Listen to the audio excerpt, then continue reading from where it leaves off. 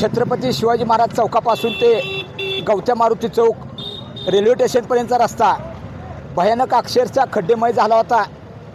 खड्डे पडल्यामुळं धुरळा वाढत होता, व्यापाऱ्यांना नाहक त्रास होत होता। हॉटेलमध्ये धुरळा उडून जाणं, कपड्याचं दुकान असो, जनरल स्टोर्स असो, मेडिकल असो, या लोकांना धुरळ्यामुळं नाहक त्रास होत होता आणि आरोग्यांना भविष्यात याचा धोका आहे। ह्या संबंधित तत्कालीन आता चालू सरकारला कळलं पाहिजे। मुख्य कार्यकारी अधिकारी मोहोळ नगर परिषदेचे डोके साहेब आहेत, त्यांना 15 दिवसाखाली रितसर निवेदन देऊन एक मोहोळ तहसील कार्यालयासमोर आदरणीय मुळीक साहेबांच्या साक्षीनं आंदोलन केलं होतं। मुळीक साहेबांनी मनावर घेऊन तातडीनं नगर परिषदला लेखी सूचना केल्या होत्या। त्याची दखल घेऊन आजपासून शिवाजी महाराज चौकापासून विसव हॉटेलपासून ते जे खड्डे पडलेले आहेत ते व्यवस्थित बुजवायला सुरुवात झालेली आहे आणि हे खरोखरच जनहित शेतकरी संघटनेचं एक मोठं यश आहे। आपले गुलाब देशमुख शहराध्यक्ष जनहित शेतकरी संघटनेचे, पुन्हा संपर्क प्रमुख राजाभाऊ गायकवाड, पुन्हा आपले जावेदभाई कुरेशी, ह्या सगळ्यांनी आम्ही प्रयत्न केल्यामुळं ही मोठे यश आले। परंतु मी तूर्त डोके साहेबांनी मला सांगितलं की जनहित शेतकरी संघटनेची आमची मागणी अशी होती का हा रस्ता मोहोळ तालुका नॅशनल हायवे रोडवरचा आहे, टॉप 10चा मोहोळ तालुका म्हणून ओळखलं जातं। मोहोळ शहरातला रस्ता टॉप 10चाच पाहिजे। तर त्यांनी सांगितलं आम्ही पाईपलाईनचं काम करणार आहे, त्यामुळे डांबरीकरण केलं तर त्याचं नुकसान होईल। कारण इतर वार्डात सुद्धा आता 2-3 वर्षापूर्वी डांबरीकरण केलेलं, कॉन्क्रीटीकरण केलेलं नगरसेवकांनी काही ठिकाणी पाईपलाईनचं काम केल्यामुळे ती अतिशय नुकसान झालेलं आहे आणि ते रस्ते अजून बी बाद आहेत। त्यामुळे मी समजून घेतलं, परंतु आदरणीय डोके साहेबांना मी विनंती करतोय की येत्या 2 महिन्यात स्थानिक स्वराज्य संस्थेची निवडणुका पार पडल्यानंतर तातडीने तुम्ही पाईपलाईनचं काम आता सुरुवात करावं लवकर आणि त्याच्यानंतर आता खड्डे बुजवत असला तरी तात्पुरतं आम्हाला समाधान आहे। आमच्या आंदोलनाचं मोठे यश आहे, कारण मानसिक त्रास होता, शारीरिक मणक्याला त्रास होत होता, गाड्यांना मेंटेनन्सचा खर्च होत होता आणि भाजीपाला विकणाऱ्यांना सुद्धा, महिलांना, माता भगिनींना त्रास होता।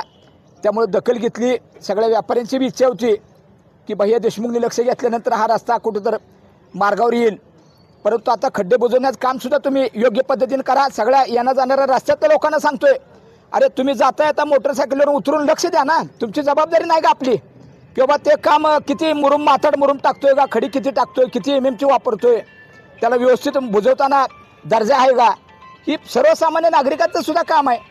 असं जागृत नागरिकांनी काम केल्यावर कशाला तो ठेकेदार पैसे हाणाचं धाडस करतोय, भ्रष्टाचार करतोय आणि निकृष्ट काम तर कशाला करतोय।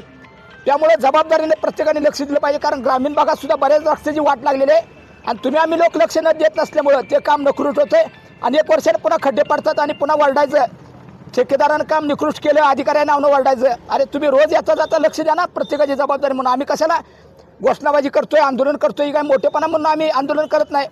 जिथं अन्याय होतं, जी वस्तुस्थिती आहे त्या लोकांचे जीव वाचवण्यासाठी हे आंदोलन केल्यामुळं खूप मोठं यश आहे। आता मोहोळ शहरातले खड्डे सगळे बुजवायला सुरुवात केलेले आहेत।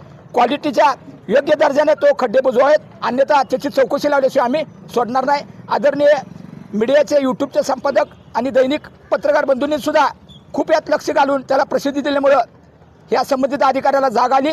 त्याचं पण मी मोहोळ शहरातल्या नागरिकांच्या वतीनं, व्यापाऱ्यांच्या वतीनं मी पत्रकार बंधूंचं मनापासून स्वागत करतोय। आज मोहोळ शहरामध्ये ड्रेनेजचं काम बंद आहे आणि ती शासन म्हणजे काम करत नाही, त्यावर मी काय सांगा? आज काम बंद आहे, ड्रेनेजचं काम बंद आहे म्हणजे ड्रेनेजचं काम बंद म्हणजे अक्षरशः त्या ड्रेनेजचं नियोजन नसल्यामुळं अक्षरशः त्या येता जाताना वाहनधारकांना, चालत येणाऱ्या रस्त्यातल्या लोकांना नाग सामोरे जावं लागते। त्या रस्त्यात खड्ड्यात पडलेले आहेत, ते खड्डे तसेच अर्धवट आहेत। त्या खड्ड्यात सुद्धा काय जणांचं पाय जाऊन पाय मोडलेला आहे। ह्या संबंधित अधिकारी डोके साहेबांनी, जो कोण संबंधित अधिकारी आहे ड्रेनेजच्या, त्या संदर्भात काम केलं पाहिजे, त्यांची जबाबदारी आहे। उगा आचारसंहितेच्या मागं दडून तुम्ही ते जनतेचं नुकसान करू नका, मोहोळ शहराला बदनाम करू नका। कारण बाहेरगावून आलेले लोक शहरात म्हणतात ना, तुम्ही काय करताय, एवढं मोठं काम करताय, शहरात तुमच्या दुनियेचे खड्डे पडलेत, ड्रेनेजचं काम व्यवस्थित नाही, घाणीचं साम्राज्य वाढलेलं आहे, आरोग्याला धोका आहे, हे कुणी करायचं? हे अधिकाऱ्यांची जबाबदारी आहे। तुम्हाला खुर्च्याच आमच्या कामासाठी दिलेत, त्याचा उपयोग आमच्याच कामासाठी करा ना। आज जे त्यांनी प्रशासनाचं जे आज काम चालू आहे, म्हणजे आज ठेकेदारी म्हणजे जे आज नगरसेवक नाहीत, इथं कुणी प्रशासनाच्या नावाखाली ते काम चालू आहे, पण ते काम निकृष्ट काम चालू आहे असं दिसत आहे, काय सांगा? नाही, त्याची चौकशी लावल्याशिवाय राहणार नाही। मी स्वतः आता नागरिकांना बी आव्हान केले मी, किंवा येता जाता लक्ष ठेवा, तिथं योग्य दर्जानं क्वालिटीचं माल वापरला जातो का नाही, का निकृष्ट काम असते ती जागेवर थांबून 1 रुपया बिल मी त्या ठेकेदाराला मिळू देणार नाही। आणि मी डोळ्यात तेल घालून काम करणारा कार्यकर्ता अख्ख्या सोलापूर जिल्ह्याला, महाराष्ट्राला माहिती आहे. मोहोळ तालुक्यात तर माझा जन्म झालेला आहे. ह्यांना सगळंच माहिती आहे माझं, मी कसं काम करतो, काय करतो. मोहोळ शहरामध्ये ओपन स्पेसच्या ठिकाणी काम चालू आहे की त्याचे शुभीकरण आहे, कंपाऊंड वॉल कंपाऊंड आहे, पण त्या ठिकाणी अर्धवटच काम झालेलं आहे काही ठिकाणी. त्या काय सांगा? नाही, त्याची सुद्धा मी आता निवेदन देऊन चौकशी करणार आहे की बाबा अर्धवट का ठेवलं. मंजूर असताना निधी त्याचा उपयोग केला जात नाही. आणि प्रत्येक वार्डात तर आता सध्या निधी मंजूर आहे, पण ते त्या कॉन्क्रीट करणाऱ्या रस्त्यासाठी नियोजन केलेलं नाही. संडासची व्यवस्था नाही अद्यापपर्यंत, शौचालय नाहीत व्यवस्थित. आणि पाणी नदी, शिना नदी उशाला आहे, म्हणजे धरण उशाला आणि कोरड घासाला. अरे काय नियोजन आहे? त्या आष्टी तलावावरनं पाईपलाईनचं नियोजन आहे, 2 वर्षापासून चालू आहे. डोके साहेब आल्यापासून अजून एक दगडसुद्धा इकडे तिकडे हल्लेला नाही, एक बारकी पाईपसुद्धा कुठं टाकलेली दिसत नाही. त्यामुळं ह्याची चौकशी लावल्याशिवाय मी सोडणार नाही. मोहोळ शहरामधली जनता माननीय CEO डोके साहेब यांच्यावर समाधान आहे का? नाही, समाधानी म्हणजे काय, अधिकारी आहे शेवटी, ती मशीन नाही. काय चांगलं काम होतंय, संबंधित लोकप्रतिनिधी पण त्यांना मदत केली पाहिजे. वार्डातल्या अडचणी सांगताना मिटिंगमध्ये तो विषय मांडला पाहिजे, त्याचा पाठपुरावा केला पाहिजे. नगरसेवक असो, नगराध्यक्ष असो, त्यांनी त्या मुख्य कार्यकारी अधिकाऱ्याला त्या समस्या लक्ष घेऊन सांगितल्या तर तो अधिकारी खडबडून जागावून काम करेल ना. त्याची जबाबदारी सगळ्यांची आहे, मी कुणाला नावं ठेवत नाही. पत्रकार बंधूंना तुम्हाला तळमळ असल्यामुळे तुम्ही हा विषय घेतलाय, खूप मला आनंद वाटला. तुमचं काम आहे, मोहोळ तालुक्यावर तुम्ही जन्म झाल्यामुळे तुमचं शहरावरती आणि तालुक्यातल्या ग्रामीण भागावरती प्रेम आहे.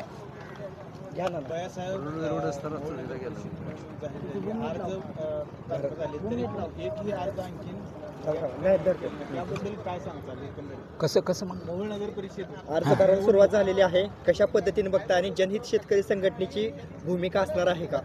नाही, भूमिका म्हणजे आता आपण महाविकास आघाडी असो, महायुती सरकार असो, कोण माझं दुश्मन नाही, किंवा तिसरी आघाडी निघाली तर तिसरी आघाडी असो.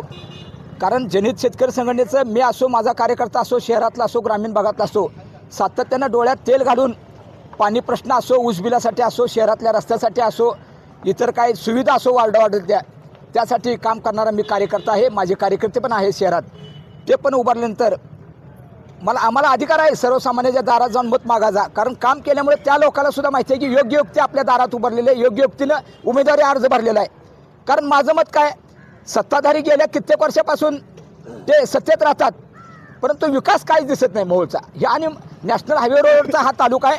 मला दुःख वाटतं की बोलताना भाषणात म्हणतात तालुक्याचे नेते, आमदार लोक, माझे आमदारनं, की टॉप 10चा मोहोळ शहर करू, मोहोळ शहराचा चेहरा मोहरा बदलू.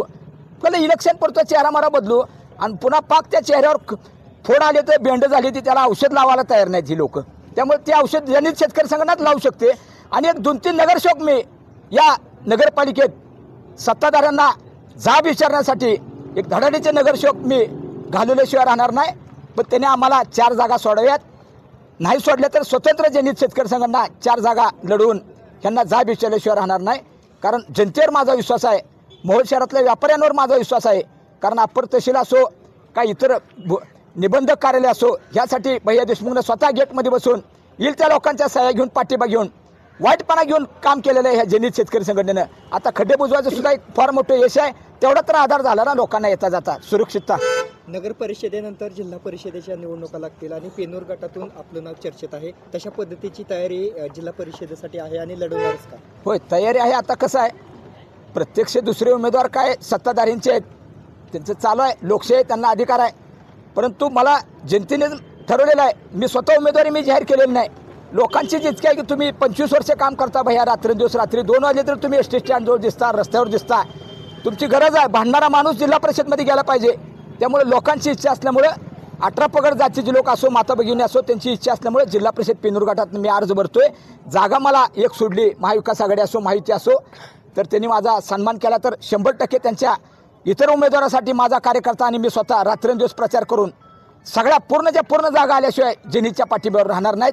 कारण मला आत्मविश्वास आहे, तेवढं माझं काम आहे, योगदान आहे. उजनी धरणाचं 5 टीएमसी पाणी इंदापूरला जाणारं वाचवलेलं आहे. आणि पाटकुलचा डावाकाला फुटल्याला मी नुकसान भरपाई मिळवून दिली, अतिवृष्टी नुकसान भरपाई मिळवून दिलेली आहे 3 वर्षाखाली पेनूर पाटकुलची. आणि विशेष म्हणजे पाटकुलच्या कॅनावर राष्ट्रीय उपसा सिंचनच्या योजनेचं पाणी कोंदिरीपर्यंत आलं होतं, ते पाणी पुढं जात नव्हतं, अर्धवट काम होतं. ते काम पूर्ण करून आता कॉन्क्रिटीकरणाला थोड्याच वेळात माझ्या मागणीमुळे सुरुवात होईल.